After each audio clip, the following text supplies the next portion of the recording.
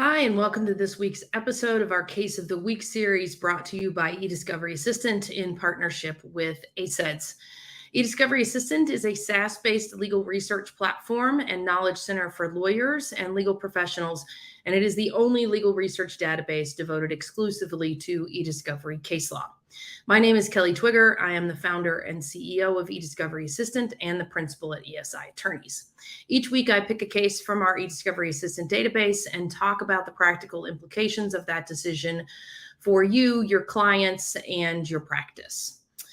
If you haven't had a chance yet to grab a copy of our 2022 case law report, Deja will add the link to download it to the chat.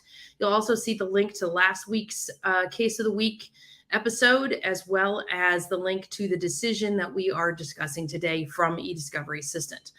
Each of the decisions in eDiscovery Assistant is a public link, meaning that you can link to those decisions in your writing. You can also review the full text of the decision without having a subscription to log in. All right, let's dive into this week's decision from In Re StubHub refund litigation. This is a decision from April 25th of 2023 from United States Magistrate Judge Thomas 𝐒𝐭𝐿. If you are familiar with Judge 𝐒𝐭𝐿, you know that we've covered a number of his decisions on the Case of the Week. He is in the Northern District of California, which is a hotbed for high-profile litigation, particularly in class actions, and this one is no different.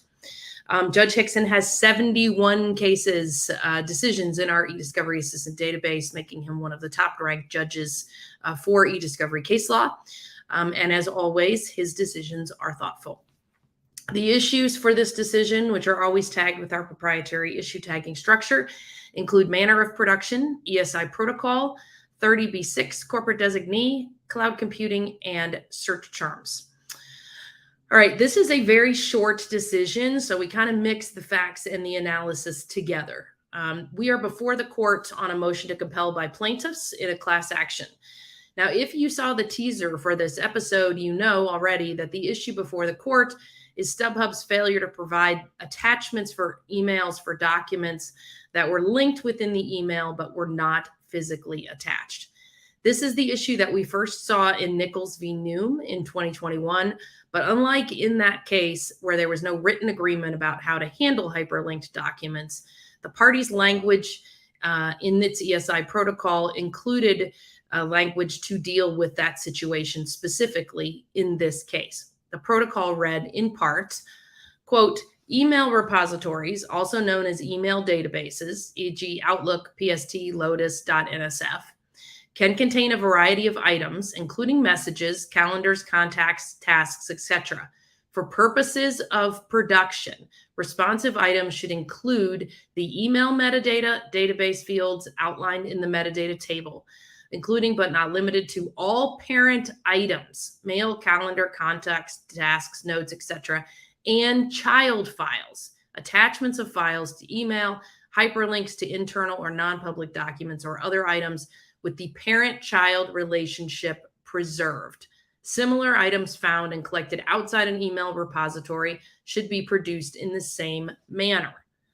The specifications in the protocol then go on to state, quote, a document and all other documents in its attachment range, emails with attachments, and email or other documents together with any documents referenced by document stubs or via links to internal document sources within those emails or other documents, all constitute family groups. If any member of a family group is produced, all members of that group must also be produced or else logged as privileged, and no such member shall be withheld from production as a duplicate. Hyperlinked files must be produced as separate attached documents. Now, that language is incredibly important and something that you're going to want to note for drafting your protocols going forward because it covers all of the areas that you want to see in terms of issues with hyperlinks or stubs or other ways that documents are referenced within an email but are not physically attached. Now, plaintiffs brought this motion after receiving documents and identifying an estimated 800 emails in which searches contained hyperlinks but had no corresponding attachment, meaning that StubHub did not do its production or its collection prior to production in compliance with the language of the protocol that I just read. The full scope of the lack of production of attachments was not known because because the plaintiffs stated that it was impossible to identify the missing linked documents from StubHub's production without reading each document individually. Now, StubHub's position in response is pretty much all over the board, and that's the court's exact language. StubHub indicates that it ran search terms on Google Drive and produced responsive documents to the plaintiffs, which, if you're familiar with Google Drive or the decision in Nichols, you know is the exact opposite of what the protocol language calls for. However, the court notes that StubHub did not preserve the parent-child relationship as the protocol requires. So plaintiffs have a bunch of emails and a bunch of documents, but, quote, they can't tell what document was linked to what email, close quote. That language from the court is very important because it is the opposite of what Judge Parker found in Nichols v. New. Further, the court notes that even though their joint discovery letter brief raised documents stored in SharePoint and Tableau, StubHub did not search for responsive documents in those repositories to find the linked documents. The court then notes specifically as to Google Drive, StubHub offered multiple explanations for why it was hard to locate the linked documents. Maybe the document was moved to a different place, maybe encryption methods had changed, rendering the links untraceable. They then added additional problems about loss of personnel, a change in document systems, and the difficulty of versioning in Google Documents. However, StubHub did acknowledge that most of the links, it doesn't really know why they were unable to produce them. They offered to meet and confer with the plaintiffs, and if there are any particular emails that plaintiffs considered important, StubHub could try to find the linked documents.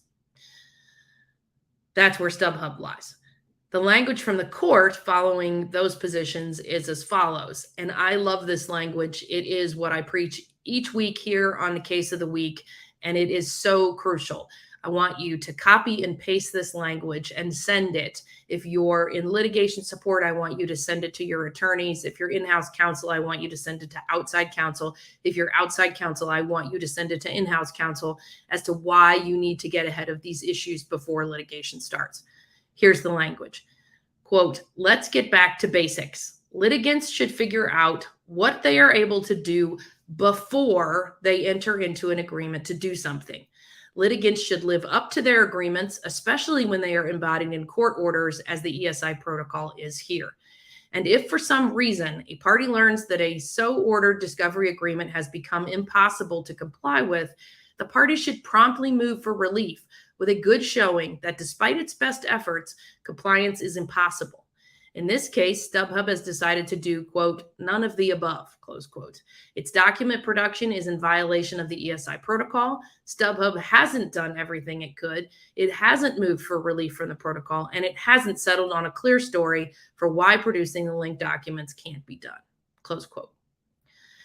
Following that language, the courts find that the best approach is to hold StubHub to its agreement to produce documents linked as attachments and orders StubHub to produce those documents by the pre-established production date that is not mentioned in this decision. According to the court, if StubHub fails to do that in any way within 14 days after production, StubHub must produce a 30B6 witness with full knowledge of everything StubHub and its vendors did in attempting to produce linked documents as attachments required by the ESI protocol.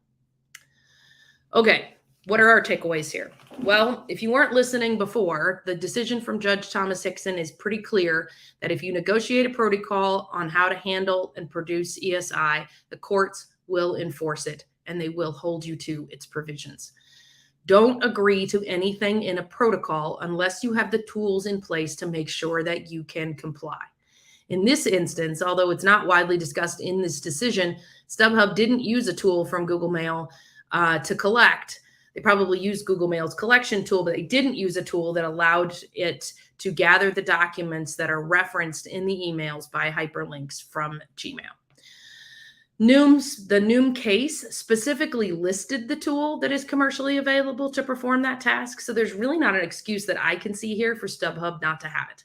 If you are a service provider, law firm, or a consultant, or anyone who's offering collections as part of your capabilities to clients, you need to have a tool in your arsenal that will capture the documents that are linked, contain stubs, whatever the technology is that requires that you be able to keep the attachments with the original email. This really appears to be a case of attorneys signing off on a protocol without supervising collection and review, or without even knowing what the implications are of the particular sources of ESI at issue. Kudos to the plaintiffs for including well thought through language in the protocol. And who knows? I don't know from background. Maybe that's even something defense counsel negotiated, but it seems off that they would negotiate that language and then not provide for it within the productions. Beyond the protocol, this decision and more recent case law on Google, Mail, and Teams make it very clear that in-house and outside counsel need to understand the sources of ESI at issue with a client and have a plan for collection, review, and production of that material, including the hyperlink issue that is raised here. We are seeing additional metadata fields that are needed, additional collection issues, production issues with context around instant messaging, and so on and so on. All of those are happening in the case law. This is getting harder, not easier, and you need to be prepared. Okay, that's our case of the week for this week. Thanks so much for joining me. We'll be back again next week with another decision from our eDiscovery Assistant database. As always, if you have suggestions for a case to be covered on our case of the week, please drop me a line. If you'd like to receive the case of the week delivered to your inbox via our weekly newsletter, you can sign up at ediscoveryassistant.com/blog. If you're interested in doing a free trial of our case law and resource database, please jump to ediscoveryassistant.com to get started. Thanks and have a great week.